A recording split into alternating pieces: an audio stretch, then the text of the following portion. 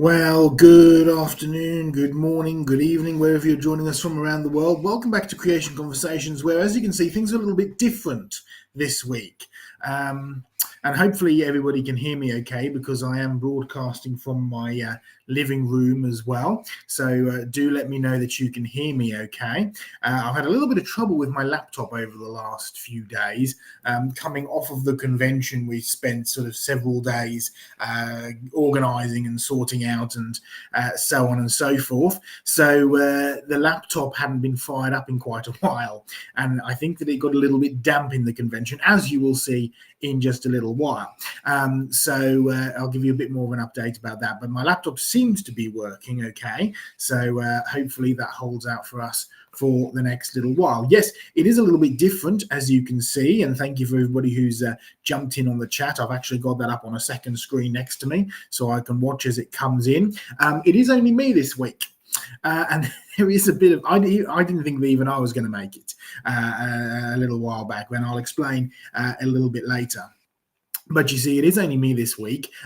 John, and you'll find a bit of an update about John later as well. We've got a few prayer requests, but John basically isn't able to join us. He's involved both in some stuff at Jurassic Ark, plus unfortunately with his wife's health going down, Anne. And yes, we do like to ask for prayer for Anne. She's had a bit of a fall as well. So there's been a few issues that he's had to attend. So we knew that he wasn't going to be able to join us.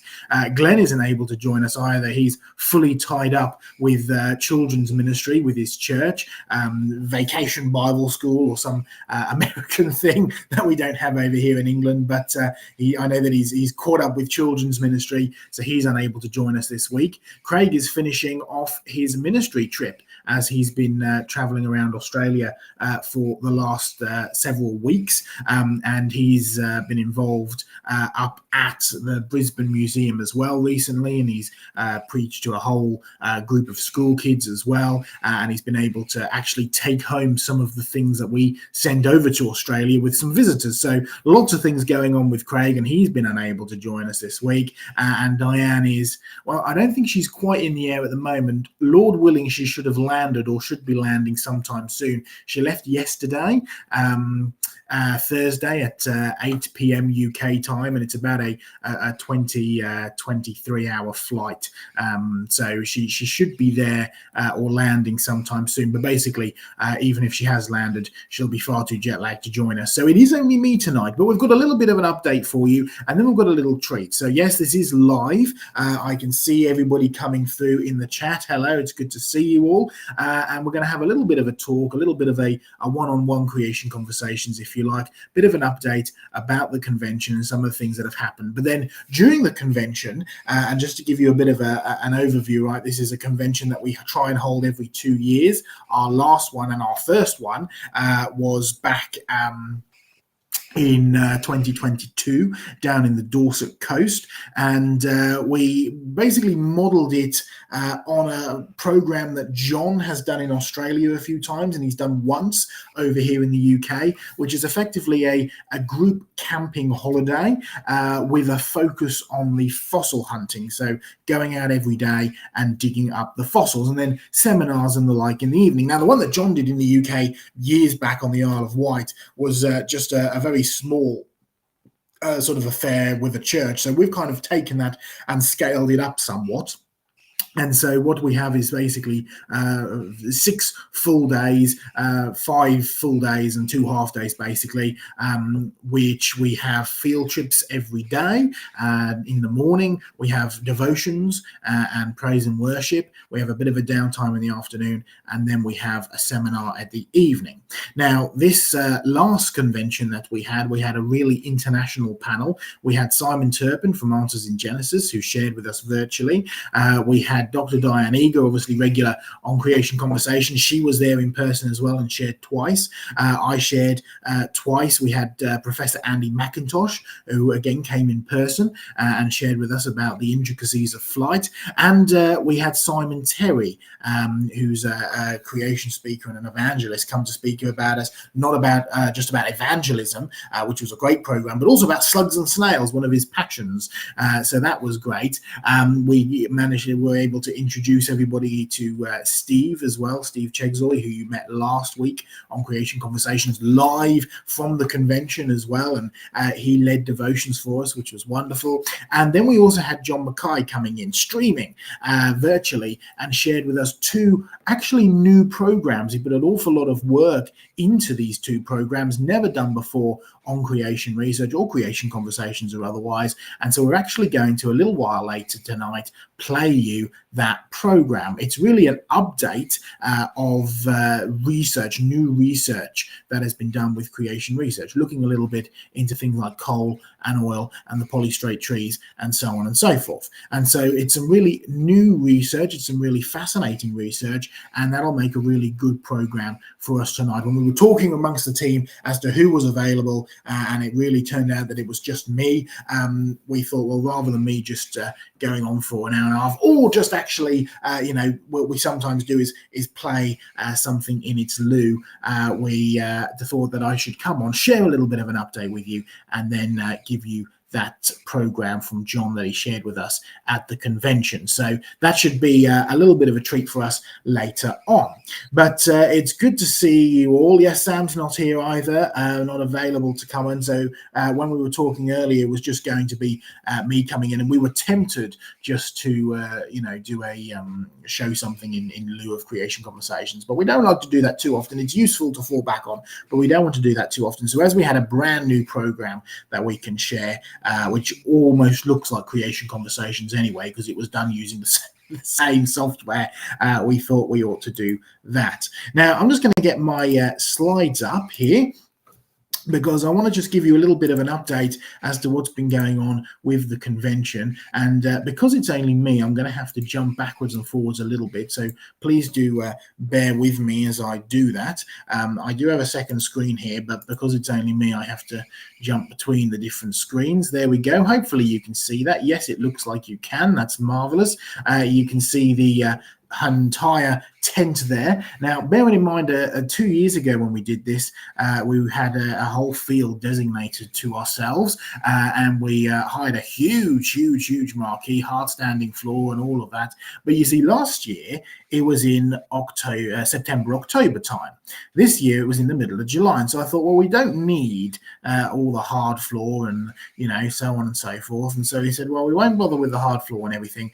We'll just have it with one of our marquees that we can put up and take the chairs and the stuff. And we had a fewer people, so we didn't need as much space.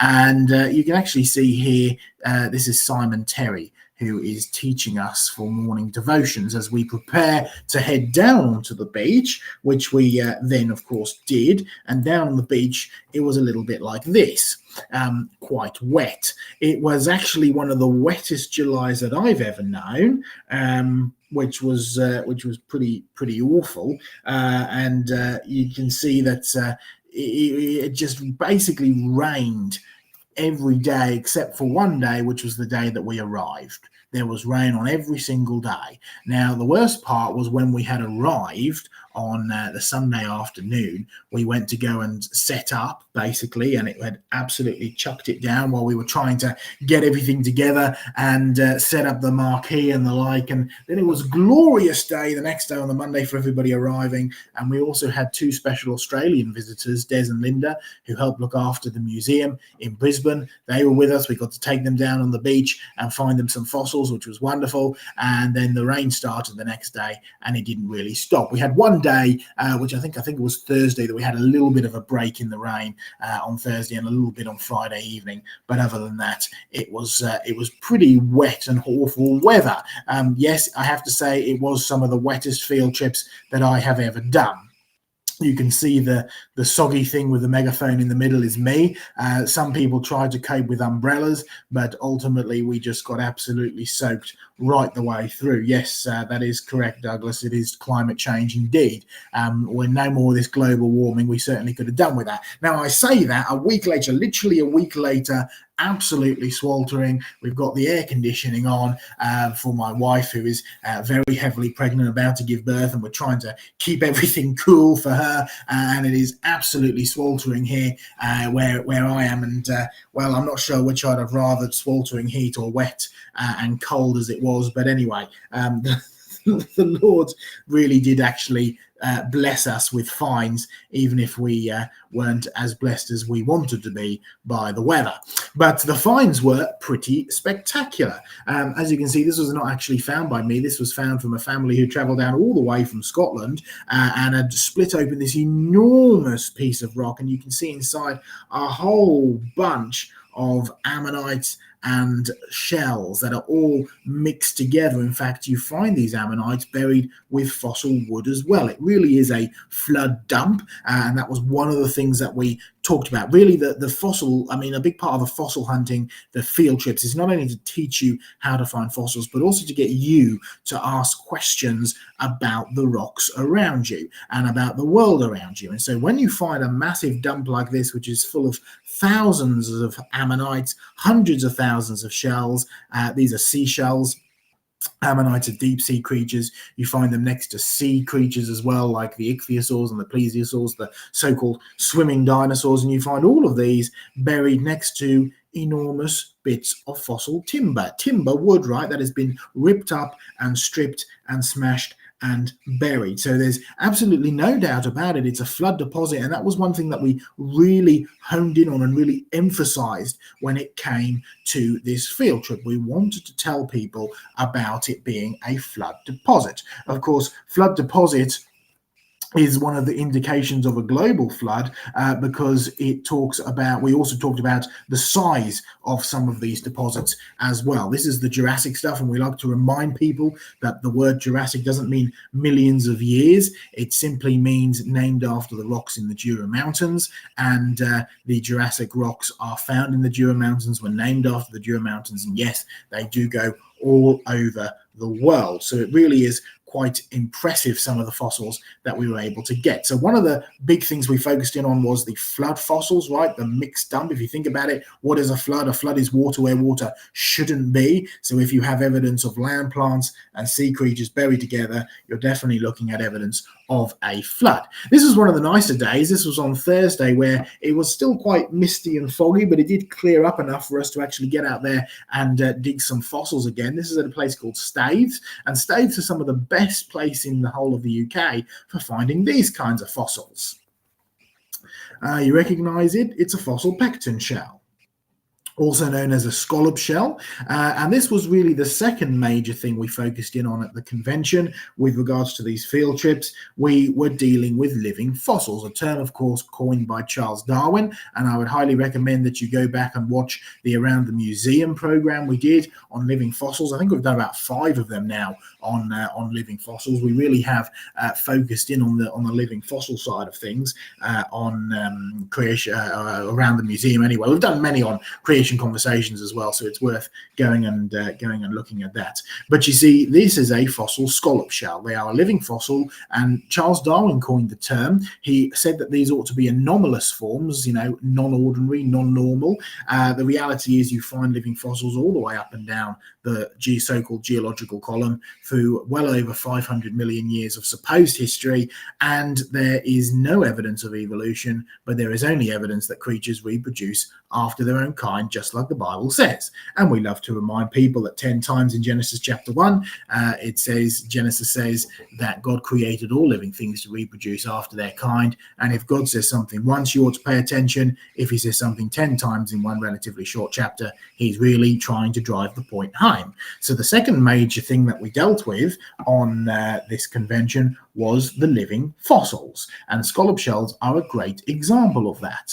In fact, Charles Darwin later on in his book, after naming these so-called living fossils, went on to say that his theory didn't rely on necessarily the strongest creature surviving, but the one that is most adaptable to change. In other words, his entire theory hinges on the idea that creatures change. And here we have a creature that is supposedly 175 million years old, and it hasn't changed one bit in 175 million years. Simple as that.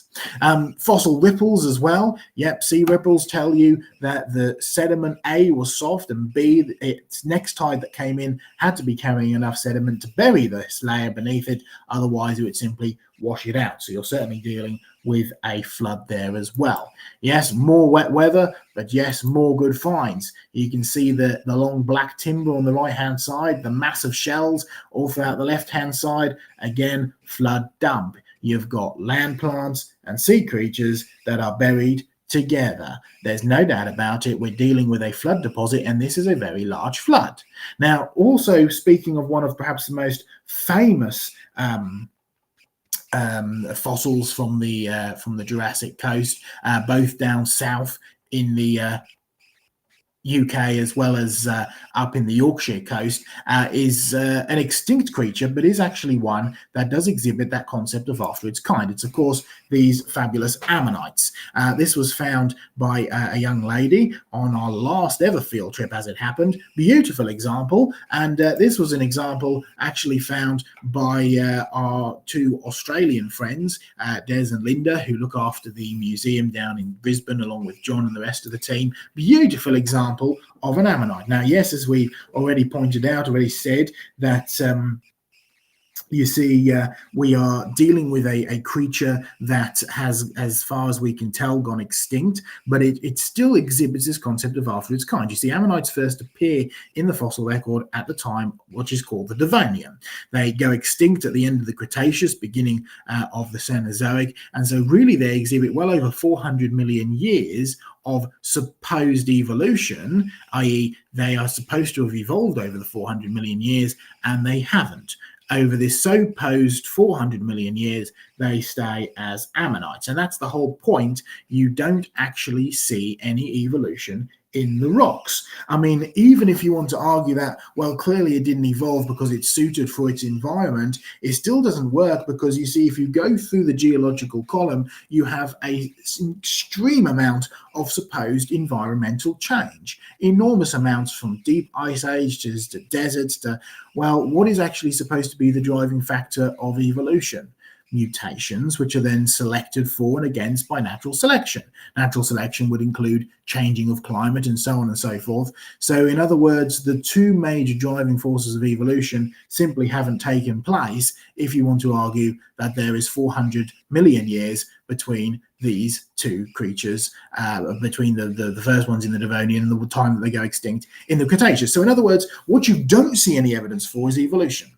Okay, you either find evidence that creatures have remained exactly the same up to the present day, that if there is any change, it's clearly and provably devolution, not evolution. So, for instance, complex creatures getting simpler, the opposite of what evolution would teach, or you find evidence that creatures have remained reproducing after their kind and then they've gone extinct, like the ammonites. Now, it's important to realize that if you haven't changed and you're a living fossil, then you haven't evolved in so many millions of years. You're not likely to do so anytime soon. And if you have changed but you've devolved, you're not evolving, you're going the wrong way. And if you have gone extinct, then you couldn't evolve even if you wanted to. You're now dead. So not one of the three exhibits that you see in the fossil record is any help to evolution whatsoever. But if biblical creation was true, what would we actually expect to find? And the answer is quite simple. We would actually expect to find that creatures have reproduced after their own kind up until the point that they actually die out. And that is exactly what we see. Yes, lots of fossil hunting. Yes, more living fossils like this beautiful bivalve shell, which is not only a clamshell, right? It's not only a living fossil, no evolution, but it's also a good indication of rapid burial. You see how it's still closed? You see, these creatures are supposed to have lived, died, and then been buried. But you see, there's a bit of a problem with that, because you see these have found in their millions throughout the cliffs in the Jurassic coast, and they're all closed. In other words, these have been buried while they're still alive. So yes, rapid burial for sure, quick burial for sure, no doubt about it. And then on the last day, on the final day, we had a little bit of a different type of field trip. We actually visited a museum. You see Panay Art Gallery. Yes, that's not the art gallery that we were interested in, but actually the little sign which you can see underneath that is the Whitby Museum. Yeah, the Whitby Museum was absolutely full of fossils, spectacular evidence. So we took people around, and really we wanted to put their, knowledge to the test. We wanted to see just how well they had done in terms of learning things on their field trips, and they did a great job. But then afterwards, we actually visited a little garden down at the bottom of Panay Park. Why? Well, you see, down at the bottom of Panay Park, there was actually, and you can see here, we've got Diane Eager as well in the middle there, sharing some stuff with us. They've actually got some amazing living fossil garden.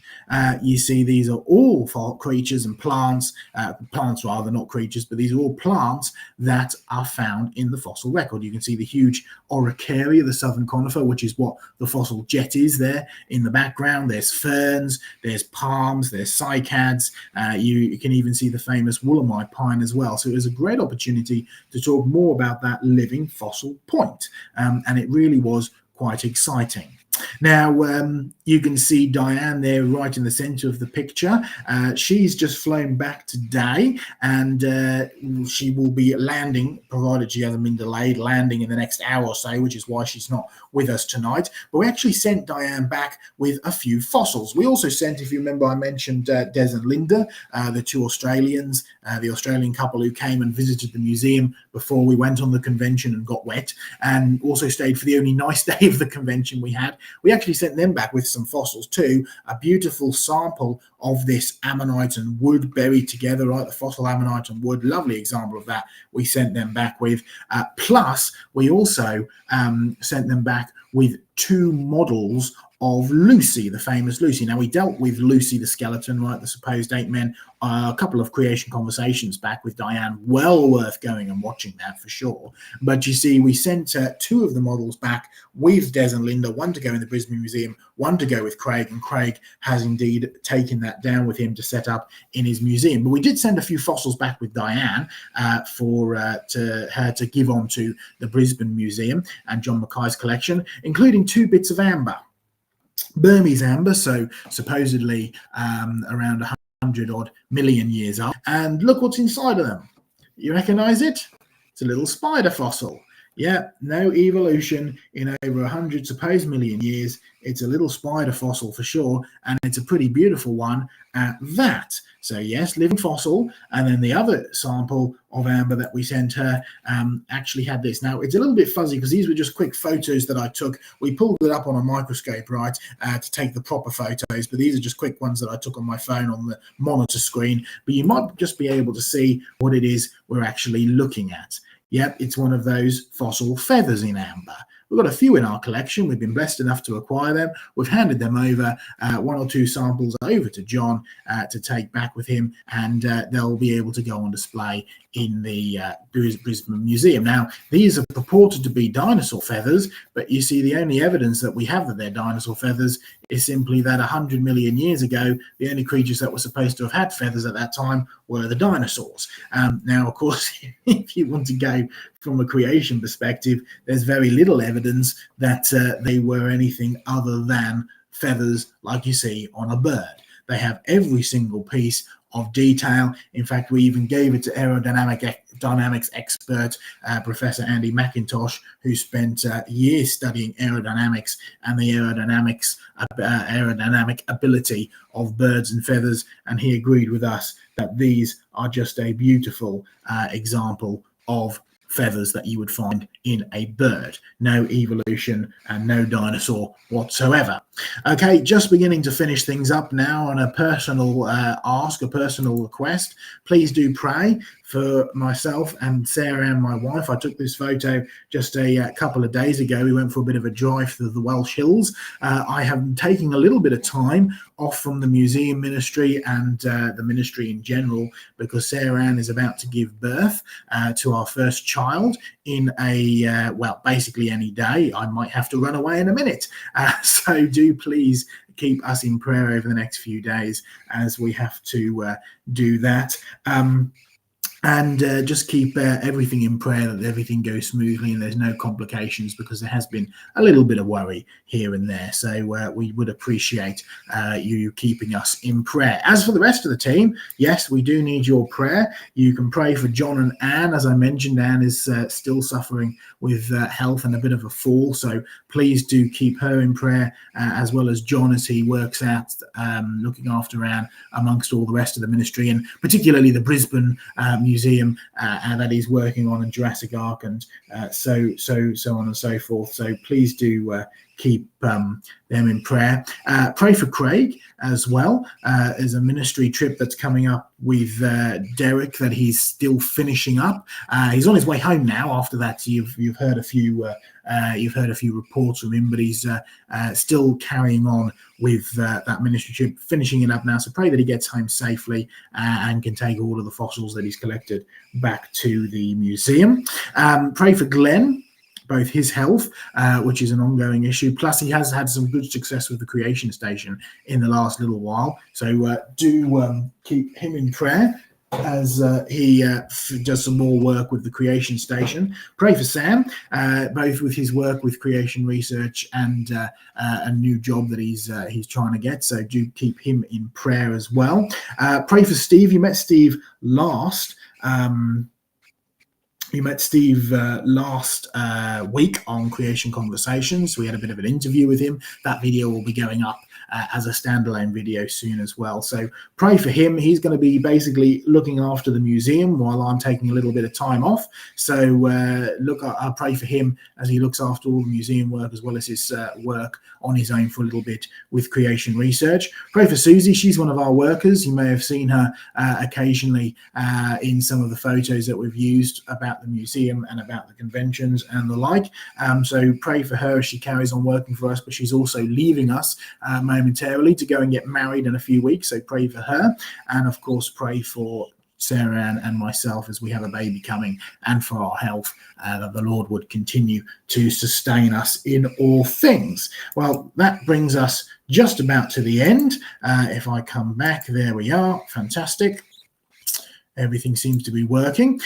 So yes, for those of you who have joined us since I started that little report and update, it is just me tonight. You will have caught earlier, if you were here, that both John is unavailable, Craig is on the road and is unavailable, Diane is landing and is unavailable, Glenn is involved in children's ministry and is unavailable, Sam's not here. And so we've got lots and lots of people out, and so it was a little bit of a report from me to come and give you an update about some of the work that's been going on in Creation Research over the last little while. Well, I'm just going to spend, before we go to the main feature, which, as I told you earlier, when we had our convention last week, the one that was very wet, we had several seminars in the evening, and we had various speakers, some in person, some virtual. John actually gave us a great program, brand new to Creation Research, on some of the new research that had been going on at the likes of Jurassic Ark, stuff about coal and oil and the like. And so he's gave us a fantastic presentation virtually, which we recorded, and we're going to play that in a minute. It's just shy of an hour long. It's well worth watching. It really, really is fascinating, and it's never been reported on in Creation Research before. So it is a brand new program. So we'll watch that in just a second, but I'm just going to have a little quick look back, because it is me tonight, so I haven't been fully keeping up with all of your comments, but I'll just see if there's been any questions that have just popped up. Of course, it does help if you've put a Q there first, which helps us see it, but I can't see anything specifically other than just lots of hellos and a few comments. So thank you very much, everybody. If you do have any questions, stick them in. It'd be great to get a bit of a chat. We might have some chance at the end of this program to go back over them. But for now, I'm just going to bring up the program which John did for us a couple of nights back. It was, I'm trying to think now, I think it was almost a week ago. I think it was Friday, a week ago, that he did this program for us. But yeah, so he did it basically a week ago at the convention. It came through virtually live. Now, a little bit of a warning. there was a little bit of crackliness at the beginning because we had linked up all of the sound system that was being projected to the people in the tent with the laptop so that John could hear and say, my microphone, we didn't quite get the balance right. So it's a little bit crackly first, but bear with us because after the first very brief introduction, it goes into John's report and it is the sound quality is fine from there. So I'm going to bring that up now. Sit back and enjoy this new program from Creation Research. John Mackay all the way in Australia, who is joining us now, and bear in mind it's about 4:30 in the morning, something like that, 5 o'clock in the morning. It's pretty early there, so we're very grateful to have John with us and come and share with us. As we were chatting with John, or as I was chatting with John over what we wanted to actually do this program, we've decided to really focus in on two new areas of sort of topics of research, if you like. The one which will be coming later on in this week on Friday will be mostly dealing with some new research and some new work that has gone into creation research with regards to the likes of the Aborigines in Australia. And some of the new discoveries, both in genetics as well as some of the new developments that have been going on, both in Jurassic Ark, which is our outdoor museum in Australia, as well as the new Brisbane Museum. You remember, some of you will have met Des and Linda, who were here earlier in the week, the two Australians, not the other Australian that we have here, which is, of course, Diane Eager, who will be speaking tomorrow. But Des and Linda actually help head up the project, the museum project in Brisbane. So, this is some brand new research. And then the other topic we decided to go on is some of the latest experiments that have been going on in creation research. A big emphasis on creation research is the research, new stuff with strata, new stuff with fossils, and some exciting new coal and oil experiments. So John is going to take us through really some of the great new research that has been going on at Jurassic Ark. So John, over to you to introduce things, and I will hide us from the screen once it's over to you. Okay, Joe, can you put me on full screen for the moment? Or is this the best I get down in the bottom right-hand corner? That's better. Well, hello, folks, all the way from down under at 4:22 a.m. in the morning. And it's a wet day out here. I believe you've had a little bit of rain as well, but that's England. And I don't know, you can complain about it. It's always there when I go there.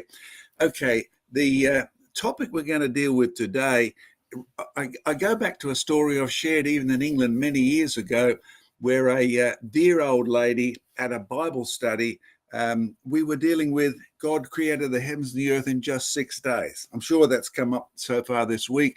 Exodus chapter 20, verse 11, for in 6 days the Lord made the heavens and the earth and the seas and everything that is in them. And when I'd finished quoting that, she said, how could you make the universe in just 6 days? It's such a big job. Now, naive, simple, wanted an answer to the question. And so we'll be dealing with issues like that, time, process, making, creating, etc. A few little object lessons that will come up. I just knocked my phone light over. Excuse me a moment while I put it back together. We have here one fossil buffalo bone. You can see it's millions of years old, and it's it's black. We have here one fossil fern. Can you see that nice fern there? There we are. Right. It's dark. It's in a grey shaly rock, and we have here another specimen from one of the sites you'll be seeing tonight. Can you see the fossil plant on the right-hand side? That if you turn it over, not only do you see my marker, but you'll actually see thin layers of black stuff.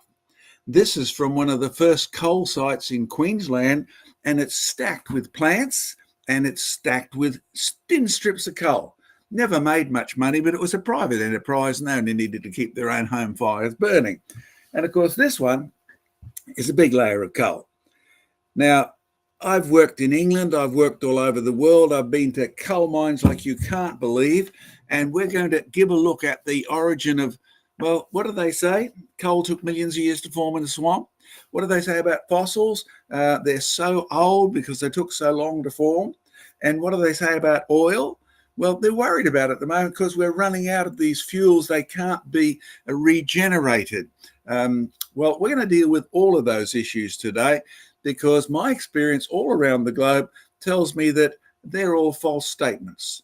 They're all based on the fellow called Charles Lyell, the present is the key to the past, tied in with Charles Darwin, and a worldly attitude that for science, you've got to leave God out.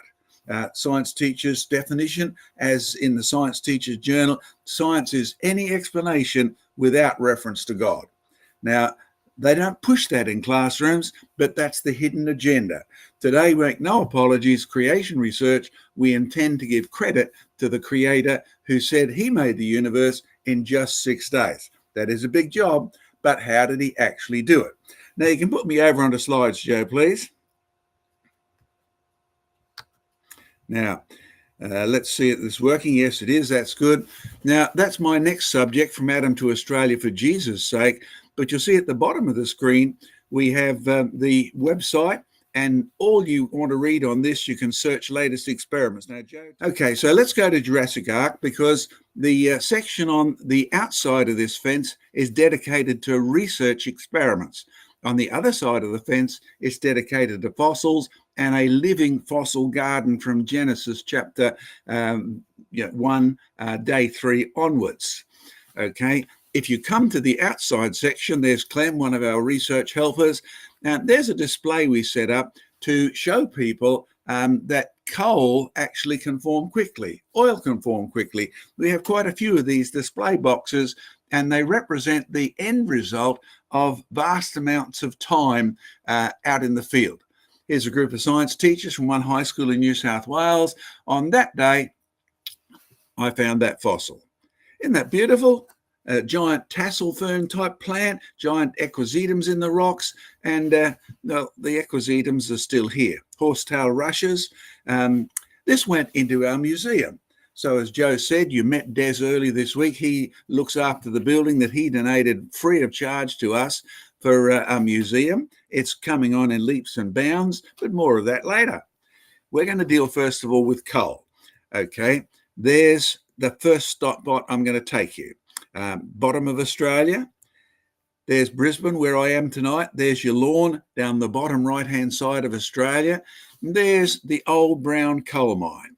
Many of these mines have been shut down now because of pollution and greenie complaints and things like that. But this is brown coal. You can see plenty of clay on the top, that white and red stuff. But if you get into the brown coal mine, you'll find it's full of timber. It sits on clay underneath. You can see it at the bottom. But in the brown coal itself, it's just like, well, look at that. It's just wood mush. In fact, you have to have special flame suppressors on your exhaust because it's not just wood mush, it's wood alcohol. And it burns quite well, whether you intend it to blow up or not. That's why you guard your exhausts. What is this made of? Well, here's what you find. Silky oak trees, New Zealand red beech trees, silver beech trees, casuarina, banksia. Now, many of those don't mean a great deal to you, but they're non-conifers that are found there. And the New Zealand red beech and the silky oak and the silver beech don't grow in swamps. Why did I mention that? Because it's a common belief out there that stuff that grew in swamps builds up and makes coal deposits. Casuarina and banksia, well, they will grow alongside of swamps. They have a little bit of swamp tolerance, but the three at the top don't.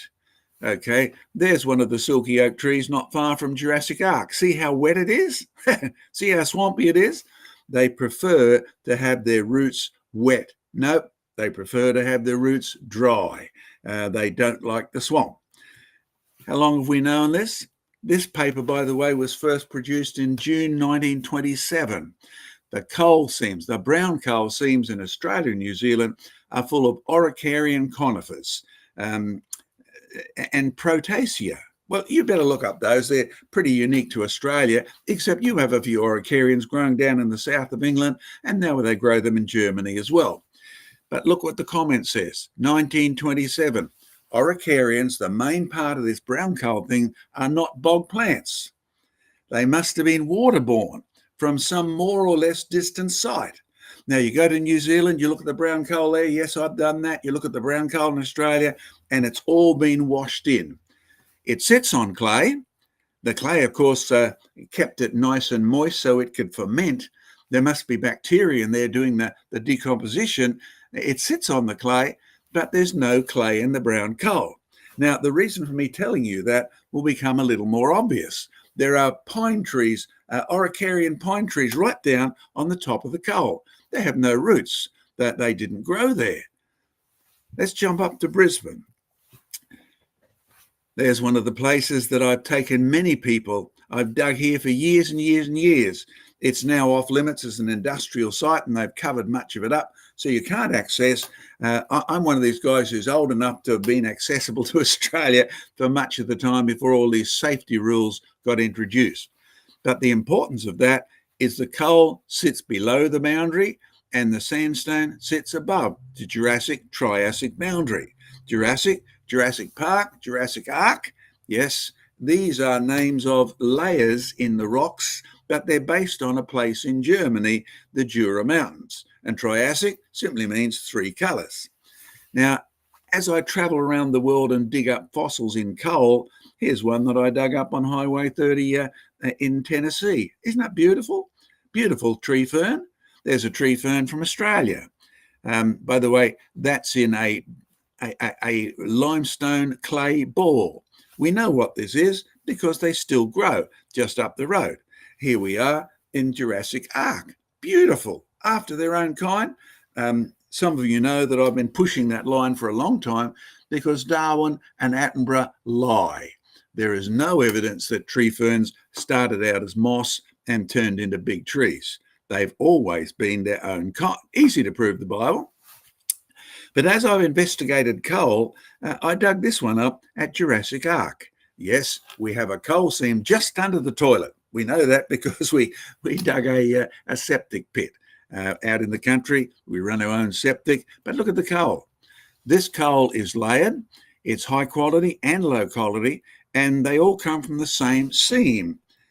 In fact, we know where we are exactly in the geologic thinking because there was an old coal mine up at Tyro, just north of Jurassic Arc.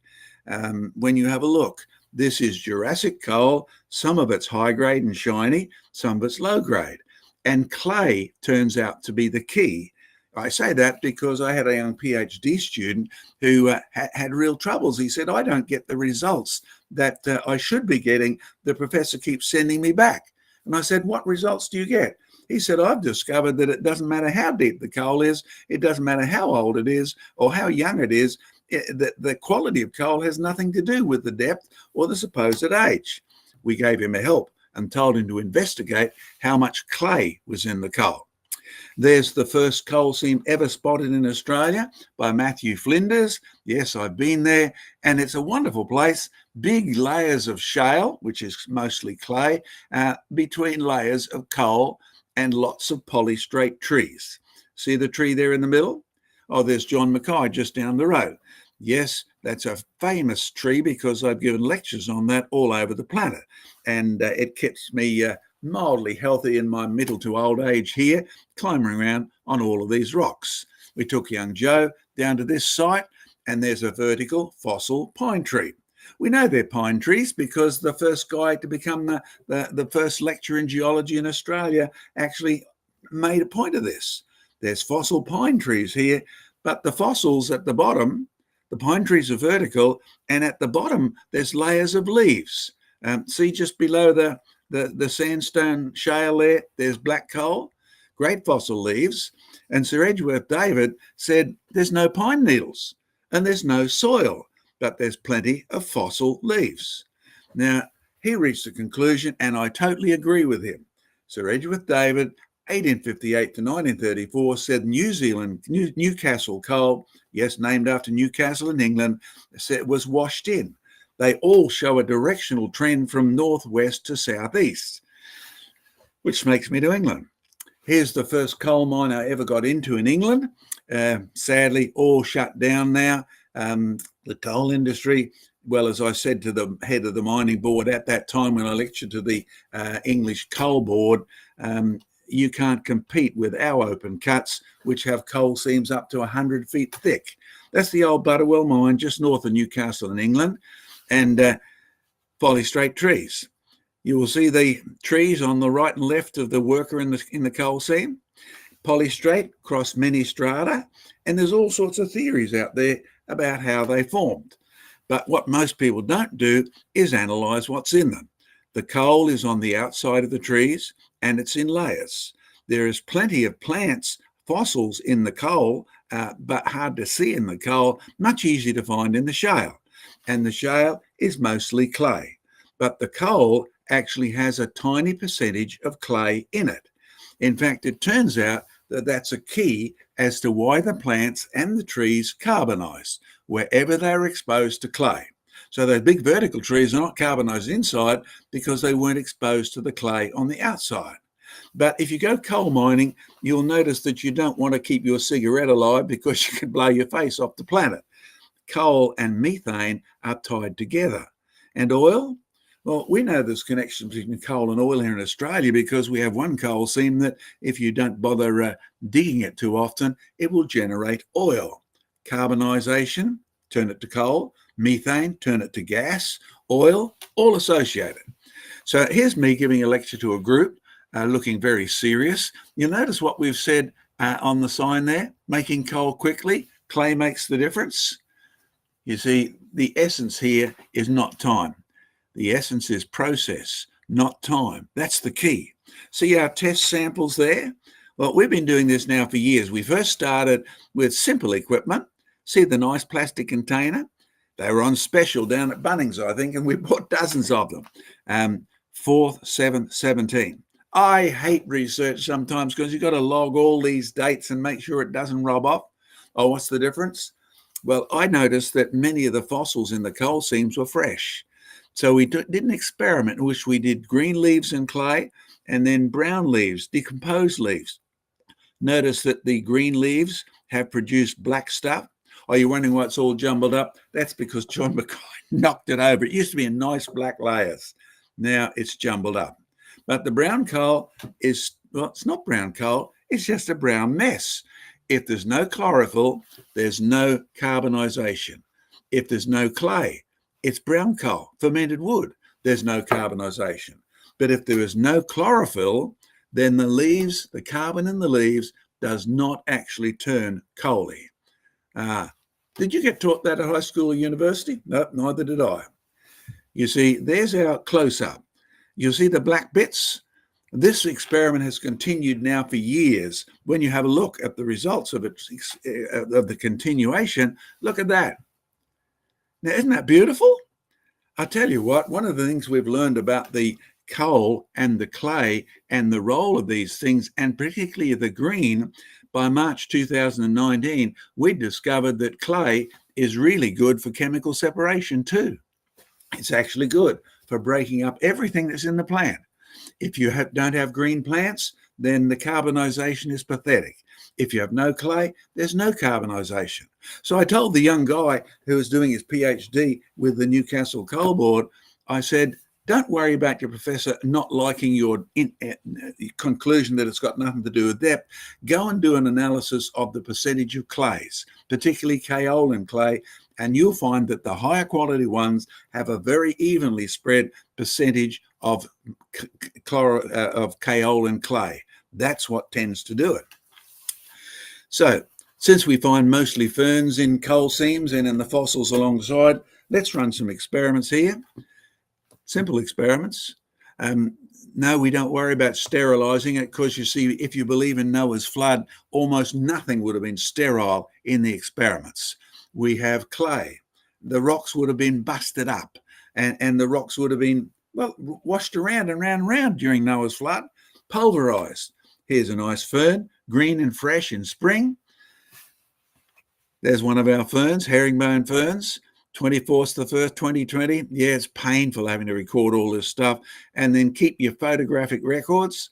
I just checked my phone before and I've got 40,000 pictures of our research. Yep, praise the Lord for indexing, eh? And there it is, day one. We wrapped it up, we vacuum packed it, and we're sitting on clay, wet clay. There it is, 14 days later. Can you see what's happening? It's now going black. In fact, by the time you get close up, you can see some of the leaves are still green, But it doesn't take too much longer, because when you get up to almost a month, I'm looking at a batch of fossil carbonized leaves. In fact, there we are 50 plus days later, and there's a fresh green plant on the front. That's what it was made of. And there is the specimen at the back. The clay it sits on is kaolin, just pottery clay. The bag is vacuum packed. That's simply to get everything close up and push the fossils onto the clay.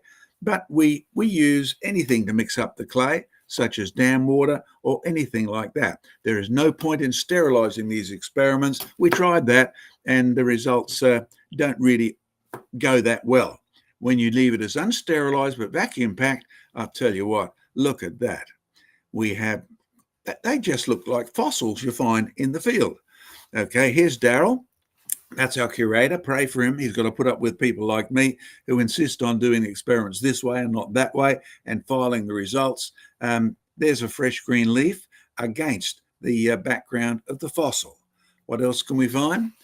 If you actually pack up these fossils without clay, you can track. Yes, we do all of this because we've got to cross-test and cross-reference and prove that it's the clay. There we have the fossil, the herringbone specimen packed with simply just a vacuum packer. There we are. You get closer. By the time you get closer, 1 year later, it's just dull, dirty. It's hardly even green. And by the time you get to 3 years, do you see it hasn't gone black? Oh, the ones on the right-hand side have gone black. They're sitting on clay. The ones on the left-hand side just turn into, well, they look like dried out, dead herringbone ferns, which is exactly what they are. We also find some interesting specimens. There's a specimen in my collection, and it intrigued me because only certain parts of it are carbonized. See that carbon? That looks like I drew the outline in, and no, I didn't. That was how we actually found it. And surprise, surprise, we've been able to duplicate so many of these examples. Look at that. Leather fern at 2 months. Leather fern, by the way, is very popular with florists because it lasts so long. But do you notice this one only carbonizes around the edge? Haven't quite figured out why, but it's beautiful. I mean, you could almost accuse me of outlining that in black ink, but I didn't. That's exactly what happens after 2 months. It coalifies, particularly around where the reproductive organs are on the leaf. What's the fastest results we've got? Well, in keeping all these years and years of experiments, we can carbonize a fossil plant, turn it into coaly looking in 2 weeks. That's the fastest. Some of the plants take up to 18 months. And we've got a few clues as to what might be causing this. You see, clay type is key. Kaolin works best. Other clays work, we've tried them, but kaolin works best. The quality of the clay, pure kaolin clay, crushed up, disseminated, is what you find in the actual coal seams. The quantity, microscopic exposure in coal. Ferns certainly seem to do fastest, and the presence of the green chlorophyll is vital, which would imply, of course, that in the fossil record, the plants were all fossilized in a climate that was just like spring. You know, where God tells Noah after the flood he's going to have summer and winter, cold and heat.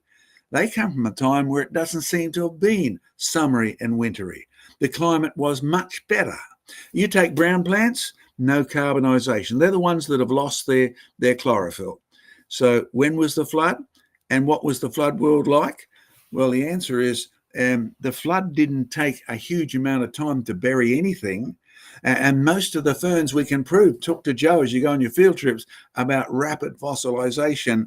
And the world that was buried in Noah's day was good, tinged by sin, but in beautiful environment weather right up till the time of after the flood.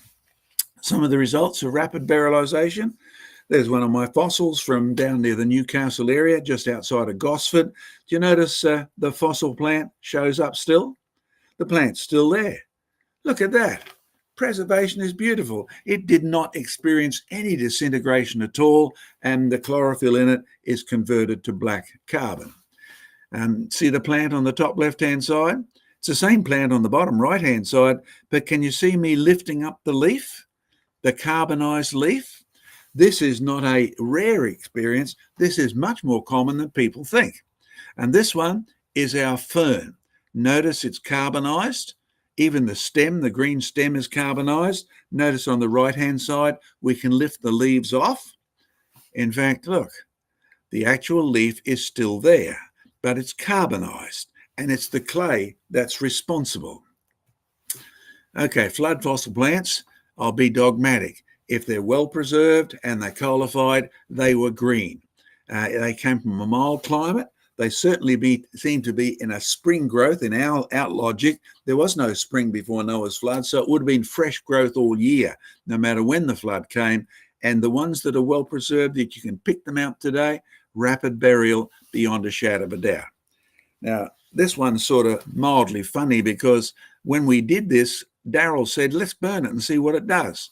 So we took our plants and we burnt them.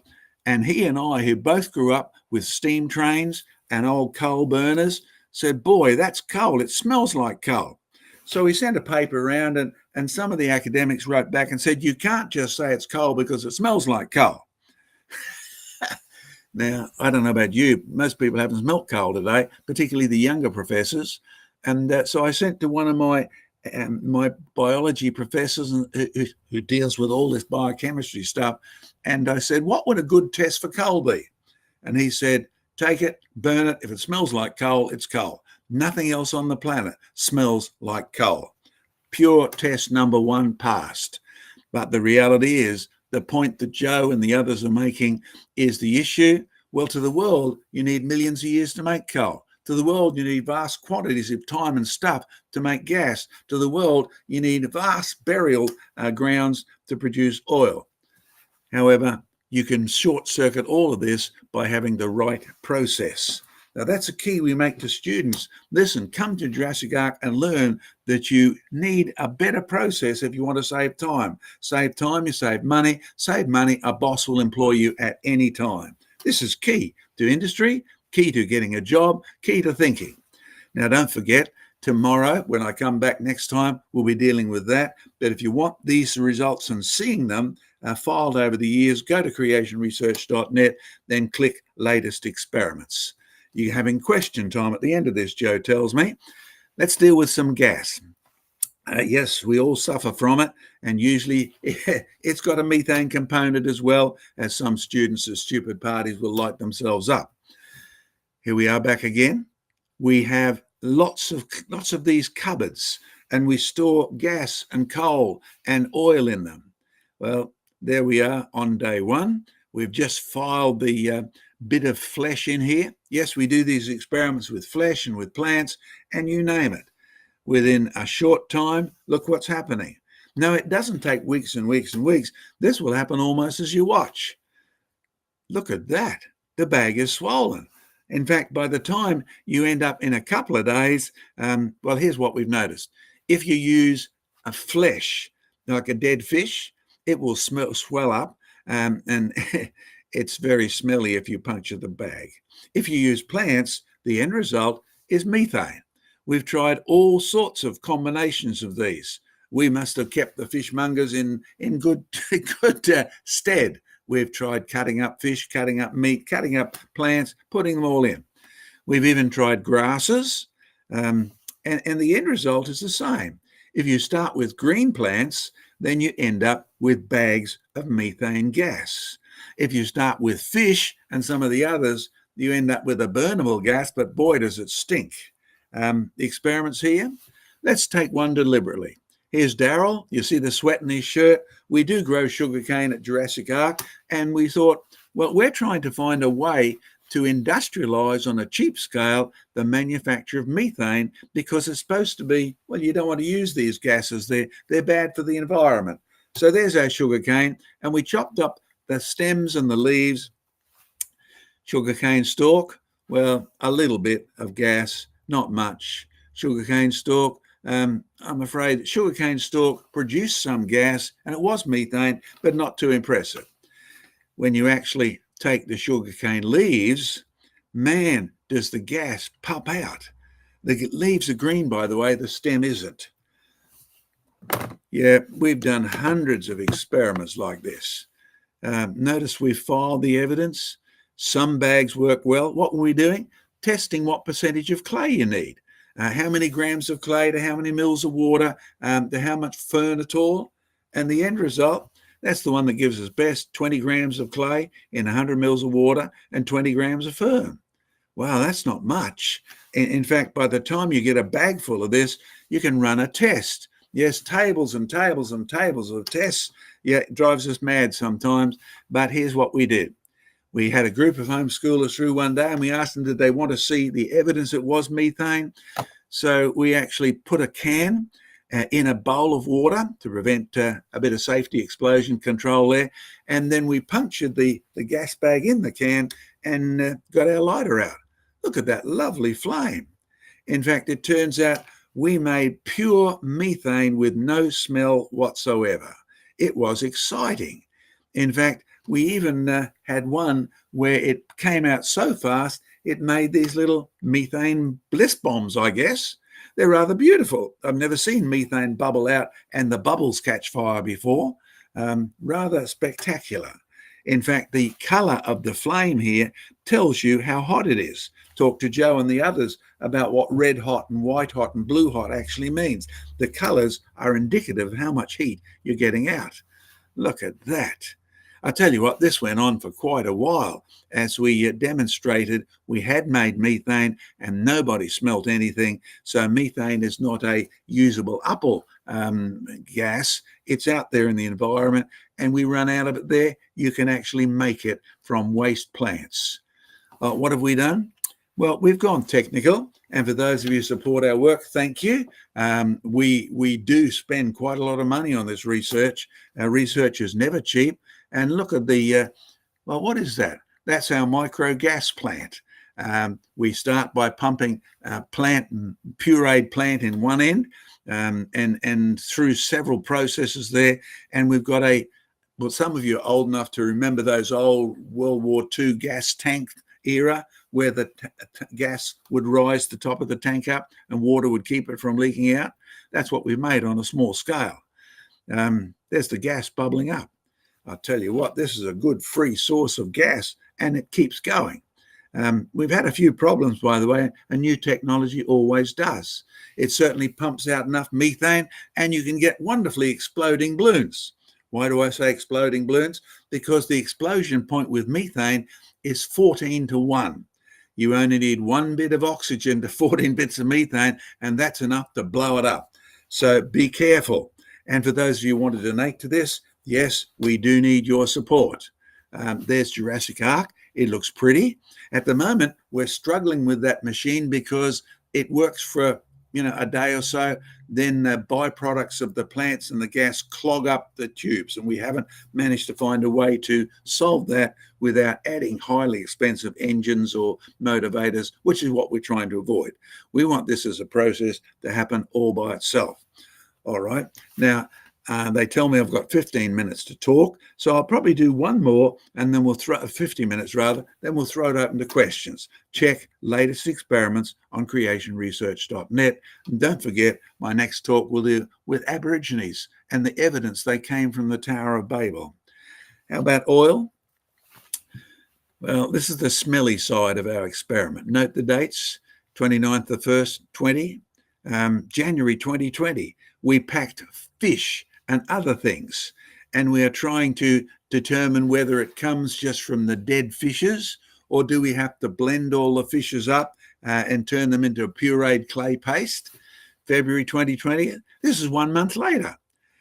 Sorry about the screen being upside down. I should have turned it around. But you see the black stuff that's generated around the flesh, except in the bag on the left-hand side. The bag on the left-hand side is prawns without clay. The other bags have prawns with clay. By the time you get up to February 2020, a little bit later, notice the prawns on the right-hand side. Notice the prawns on the left-hand side. The prawns on the left-hand side have got clay.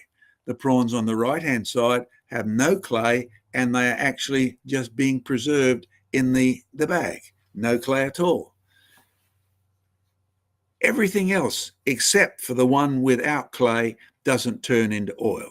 John Mackay's observation, the clay is essential for carbonising the plants. You can take coal, as Hitler and the others discovered in World War II, and convert it to oil. The clay is part of that process. Microscopic amounts of clay.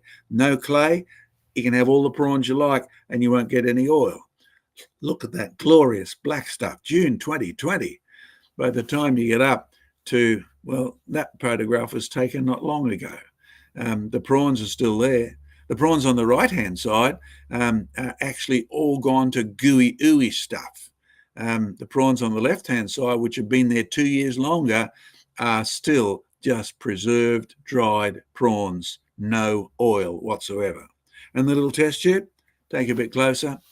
Yes, research is expensive. There's some of the residue coming off the prawns, the black stuff. And we've simply, well, we do heaps of experiments. And to do this one, we wanted to separate the oil and the clay and prove that it actually was oil. Smelly stuff to start with. But we actually got a centrifuge and we had it up to 20,000 revs a minute. And to be honest, we have not yet been able to separate the oil into a single layer. So any of you might have suggestions to how to separate oil from clay, go right ahead. But as I pointed out to the folks at Jurassic Ark, don't be surprised about this. If we have an oil spill at sea, the first thing we do is drop clay onto it, because the clay binds so strongly with oil, it will take it right to the bottom and take it out of the ecosystem. Of course, what's interesting, if you want to use fracking in the coal shale seams or the oil shale seams, you'll find that you can smash the shale to pieces and a hugely high temperature steam will extract the coal from the clay, or the oil rather, from the clay. We're trying to avoid that. So whatever answer you send to us has to be a low temperature one, because we want this to be able to be done at Jurassic Ark. Yes, we have hundreds and hundreds of tests. So when people say, oh, you creationists don't do any research, creation research stands as evidence against that. When David Attenborough says, you know, the evolution shows as a fact Darwin was right, he doesn't know what he's talking about. Because in all of these things, whether it's fossils, whether it's oil, or whether it's coal, the key is not the time. The key is the right process. So when someone says to you, how could God make the world in just 6 days? The answer is simple. He didn't need the 6 days even. He didn't need the time. He had the right process. So tomorrow, as I get ready for my talk over here, and we discuss the various types of Aborigines, from the miniature ones on the right-hand side, the pygmies, right through to the dark black ones that look like Indians, to the ones in the middle that look Asian. We'll be talking about From Adam to Australia for Jesus' sake, and you can catch all of these experiments again. A reminder, search the latest experiments. Now it's time for you to ask some questions on what we've done. And I hope that came through clearly. This is our first experiment on long distance lecturing in a tent. That was good. That came through perfectly well. So that's fantastic. Does anybody have any questions then for John? Lots of questions. Here we go. Not a question, an idea about how to separate the oil from the clay. Go ahead. Have you tried putting it in water and using a sieve? Yes. The sieve idea is one of the first things we tried, but the clay is so microscopic, it goes through any hole in any sieve you want to name.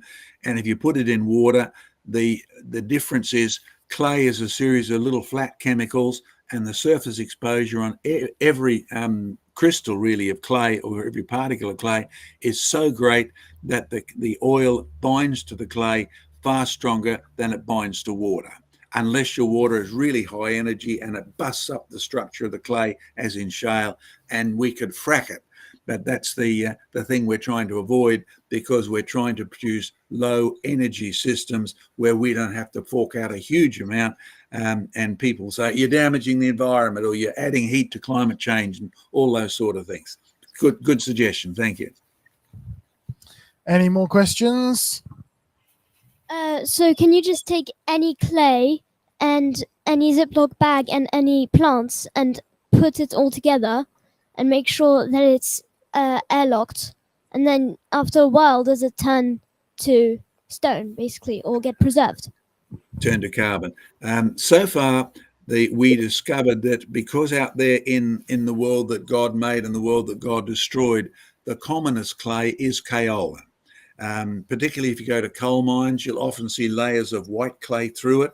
Whether you go to the big dirty mine in Washington where the clay is so it squeezes out because of all the earthquakes, or you go to the mines I took you in England, you'll find layers of clay, and Joe can testify to that, underneath the coal.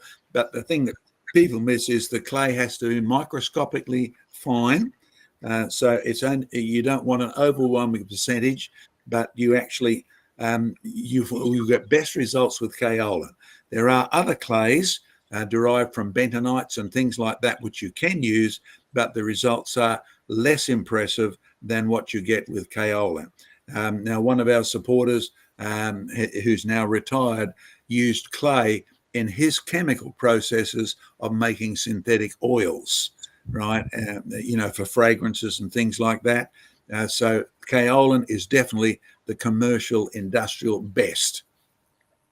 Try the other ones if you like. We've tried them with homeschoolers where they bought a bunch of red clay in and put their plants in it. It will work, just not as effectively. Very good question, by the way. Yes. Another suggestion for separating the clay from the oil. Have you tried putting it on some kind of plastic? Because some kinds of plastic leak water through. I'm not sure if it would work with the oil, but it may be worth trying. Mm-hmm. The biggest issue we're facing is the molecular adhesion, the strength with which the oil and the oil and the clay actually bind is incredibly strong. Right now, what we have to use is something that will break that. Now, the sheet of plastic certainly will let the water through. So when you look at our bags of gas and things like that, eventually they will deflate, because methane is such a small molecule that can leak through the plastic bag. I'm sure some of you have noticed if you buy bulk quantities of soft drink, aerated water and things like that, if you leave it in your storage container for a couple of years, you'll open it up and it's got no gas left in it. That's because as solid as the plastic bottle looks, it's full of holes that are small enough to let the gas out. So you can't keep the gas in. But if you use oil, which is a long chain structure, you've heard of methane, which is a small one. By the time you get up to pentane, the sort of things you're putting in your car, and octane, they are bigger molecules, and the adhesion to the surface of the clay is so strong, a sheet of plastic won't let the both out at the same time, or won't even differentially let one out. But thank you for the suggestion. Any more questions, John? Yes, up the back. So do you understand how it works? What does the coal do to the plant in order to cause carbonization? What does the clay do to the plant? Okay, well, from all of the people who use clay in industrial processes, what we are looking at is an affinity between carbon and the clay. Now, in the field out there, I learned long ago that if you're looking for gold, you need to look for what's associated with it on a bigger scale. So one of my friends told me, hey, John, come we'll go gold digging, where we won't look for gold for stars. What we'll look for is carbon, because where you find a mass of carbon, you usually find gold associated with it. And I said, why? He said, I don't know, but that correlation exists. And the carbon was coming from fossils and the gold was coming in later on. And that correlation certainly did exist. As to what the clay is doing, it's certainly, all right, how do I, if you take a substance and you burn it, then a process called oxidation is happening, because the carbon would much rather bind with the oxygen than with what else is in the bit of wood you've set a fire to. So you're looking at a substance which doesn't choose, it's got no brains, but it's more chemically affiniated to the coal, to the oil and the clay than it is to the stuff it came from. So what it seems to do is chemically attract one part of the plant, which has got the chlorophyll in it, breaks it up into the black stuff, which is carbon, the green stuff, which is chlorophyll, and then the black stuff becomes carbon or methane, and you get all those byproducts. So it's a chemical competition. That's probably the easiest way I could talk about it. In fact, if you look up redox reactions and things like that in your chemistry textbooks, where we put things together in the hope that one will be stronger, more strongly bind to the substance than the other, and it will swap places, right? That's how chemistry works. And if you can master the art of getting the right elements together, then you actually can produce new processes. But again, the point I want to make is when people bring up the issue of coal takes millions of years, no, it doesn't. Coal takes a process. If you have the right process, you don't need the wrong time. The evolutionist talks about millions of years because he hasn't got a clue about how coal or oil function. He doesn't do his homework chemically. And he then says, well, God couldn't have made the world in just 6 days. God didn't even need those 6 days. We know that because the next time he's going to make the new heavens and new earth just in a word. And I'm looking forward to being there because his word is true from the beginning. So thank you for the thought. Redox reactions, the affinity of clay to the carbon versus the rest of the stuff which doesn't come across. Next one, Joe. Great stuff. Any more questions for John? Sure, yep. So have you thought of applications for this? Is this the solution to all of our running out of fossil fuel problems? Or have you thought of any other applications for it? Or is it just to investigate how coal forms? No, it does have practical long-term aims. So I said to a coal conference where I lectured on that brown coal, I said we could turn this brown coal into high-grade coal by simply taking a quantity of the brown coal, which is just fermented wood, and using that as a heat source to drive a machine which pulverized the rest of the coal and added microscopic quantities of clay to it. That will convert the low-grade brown coal into high clay, into high carbon content. Now, nobody's been interested in doing that because obviously the cost of an industrial process like that, even though it's true, would actually cost the earth to start with. We've had people from the mines department come and look at what we're doing. We've had greenies come and look at what we're doing, and they're all impressed that we're doing it, and they're all astounded that it doesn't take vast amounts of time. But the greenies, we've been actually disappointed because those people who want a green environment, the last thing they want is our experiments. Why? Because they're in love with millions of years and no God. That's really what's behind the green environmental safety movement. It's behind most thinking in oil geology and that. So yes, there is a plan. There is, you saw that industrial machine that we built, cost us several $1,000s. That is industry's aim, but our aim is to provide a low energy source, not a high energy one, not like fracking. Fracking provides the, gets the oil separated, but it's a high cost, high industry, and quite a destructive process, really, as far as farmers and that are concerned. So yes, thank you for your suggestion. We are aiming that, and some of the industry people have been really impressed. So to get it from where we are to an industrial type process that doesn't use vast quantities of energies, that's our next hurdle. If you want to join us, then Joe will tell you where to send your donations. Thank you. My understanding of clay is a description of its size, effectively, but what's the underlying chemistry which works and potentially the chemistry which doesn't work? Okay, the chemistry which is working is simply that of attraction. So that because the clay is flat sheets, they have, you've probably played with kaolin and clay if you ever did pottery. And what's interesting is as a low temperature, environmental temperature, room temperature, it's a very pliable stuff. But we know that one reason it's pliable is the sheets of clay slide over one another. There is not much adhesion sideways from clay to clay. And so you can shape it into a pot. Then when you heat it up, what happens is the heat actually gets into the clay and changes the molecular structure. So you go from clay of one variety to clay of a second variety at 200 degrees.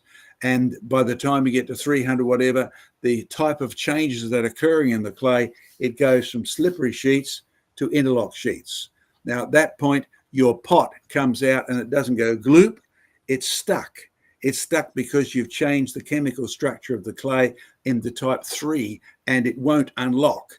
So what seems to be happening is when you put the clay in the sheets that you're using and you microscopically, it's powdered, pulverized. What's happening is the clay is adhering to the carbon in the molecules better than the molecules are keeping touch with the carbon, right? So it's really a competition. You see the same thing when you have a fire.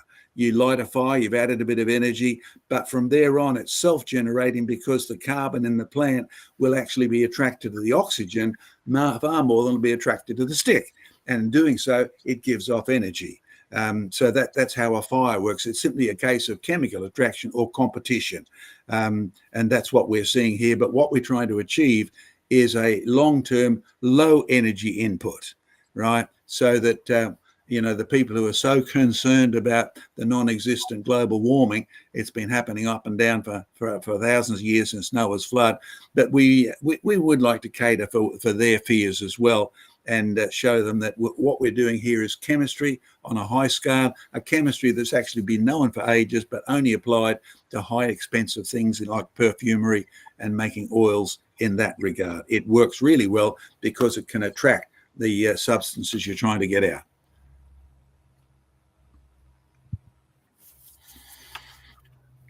All right. I think we're just about finished with the questions there. Any last questions quickly? Yes? Sorry, I'm talking too much. To separate your clay and your oil, you might have thought of this as well. But I was thinking of, that the Large Hadron Collider, they accelerate things that have a very strong bond.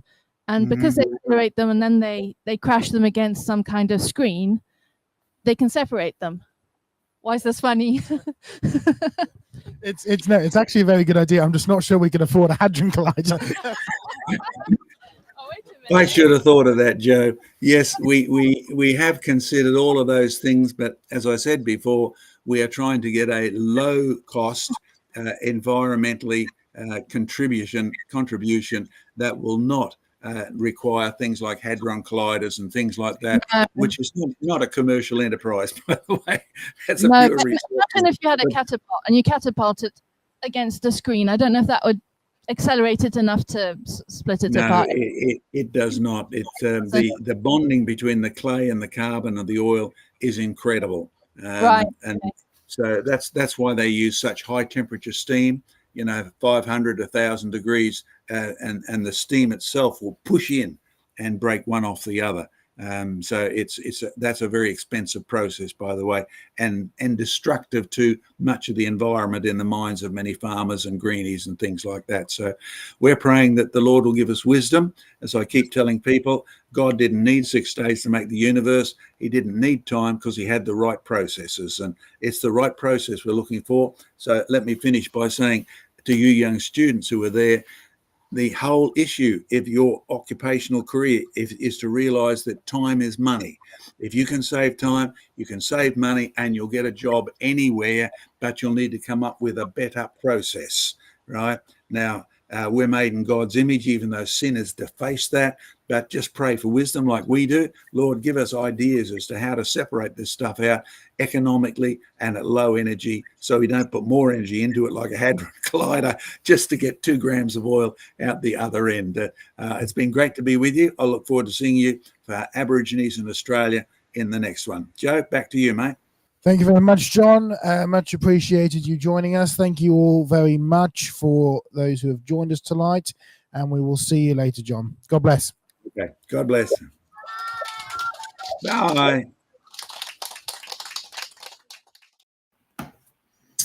All right, there we go. And it's good to get that little update from John there. Bearing in mind, for those who've joined us later on in the program, this was a program that John did for us in the convention.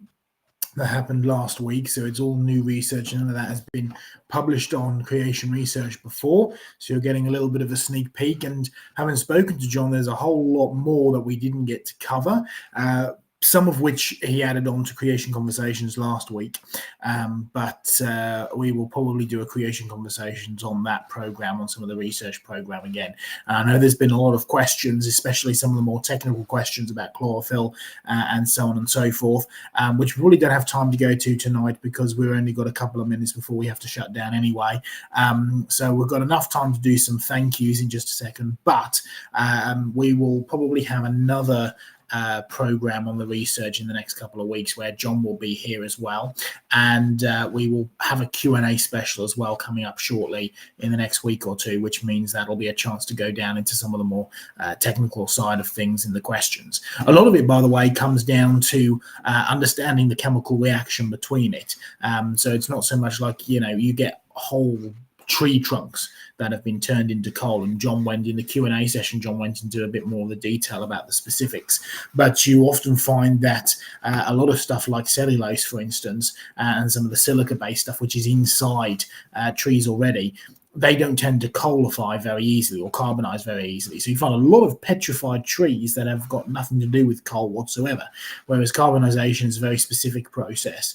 And as you've seen from the experiments, a lot of it seems to be requiring some kind of clay, particularly kaolin clay. Now, the active ingredient is still a bit of an anomaly, and it's a bit difficult because clay is a description of the particle size. Now, kaolin clay is obviously one form of chemical composition. It's like it's aluminium oxide and silicon dioxide and water and stuff like that. But it's kind of quite hard to find clay that is devoid of one of those ingredients so you can work out which one the ingredient is, because it's mostly, as John has mentioned, about the slippiness, the particle size, as well as the particle shape. So it's a very interesting set of experiments which we're continuing to do. But very quickly, thank you to a couple of people who've donated tonight. I think it's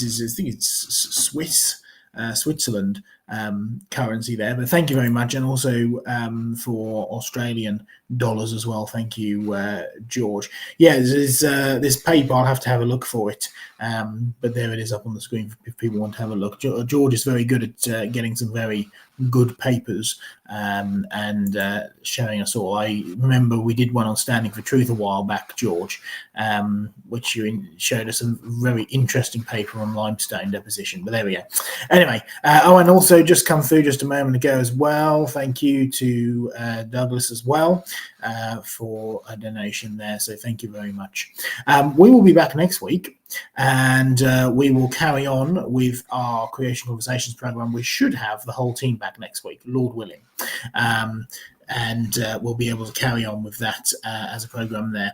I'm not sure what our topic is next week because we've been kind of jumbled around a little bit. We've actually not done the last two topics that we were supposed to do, mainly because of the convention, and then this week because nobody was available. So we will be back next week, probably back on track with the listed topics as well. If you were looking forward to any one of those, we should be back with those, and we'll be back with a Q&A as well at some point. But as I mentioned a little earlier, I may not be here next week. It entirely depends on what happens with Sarah Ann, who is ready to give birth any day now. So we will see what happens with that in terms of me, but the rest of the team should be around. But I would appreciate your prayers. In fact, let me just remind you, for those of you who weren't here earlier, I did the little program this morning, which you can, or earlier today, which you can go back and watch, because it'll give you a little bit of an update as to what I've been doing. But let me just share my screen here again very quickly and remind you of some of the prayer requests that we have. So there you go. You can see that up there on the screen, hopefully. Pray for John, for Anne. Anne has had a bit of a downhill spiral with her health recently, and John is having to cancel a few things to look after her. That's one of the reasons why he's not here today. So pray for John and Anne. Pray for Craig. He's finishing up his ministry trip with Derek this week, and so he'll be headed back to Tasmania along with some of the fossils that we sent him from the UK. So that's all good. Pray for Glenn, his health, plus he's been doing the Creation Station this week, and he's involved all of this week with children's ministry at his church's vacation Bible school. So pray for him. Pray for Sam as he continues working for us, as well as his searches for a job as well. Pray for Steve, who you met last week in the museum, in the convention. Pray for him as he works at the museum and is doing a lot of stuff on his own with the ministry for the next little while I'm taking a little bit of time off. Pray for Susie, our long-time worker, both for the work with Creation Research as well as for her marriage. She's getting married in a few weeks' time, so pray for her. And of course, I'd appreciate prayer for both myself and Sarah Ann. So just a few points for prayer there that you can be doing in the next little while. Other than that, folks, I will bid you good night. It's fairly late here in the UK, and I will say goodbye, and we will see you next week for our next program. Catch you later, folks.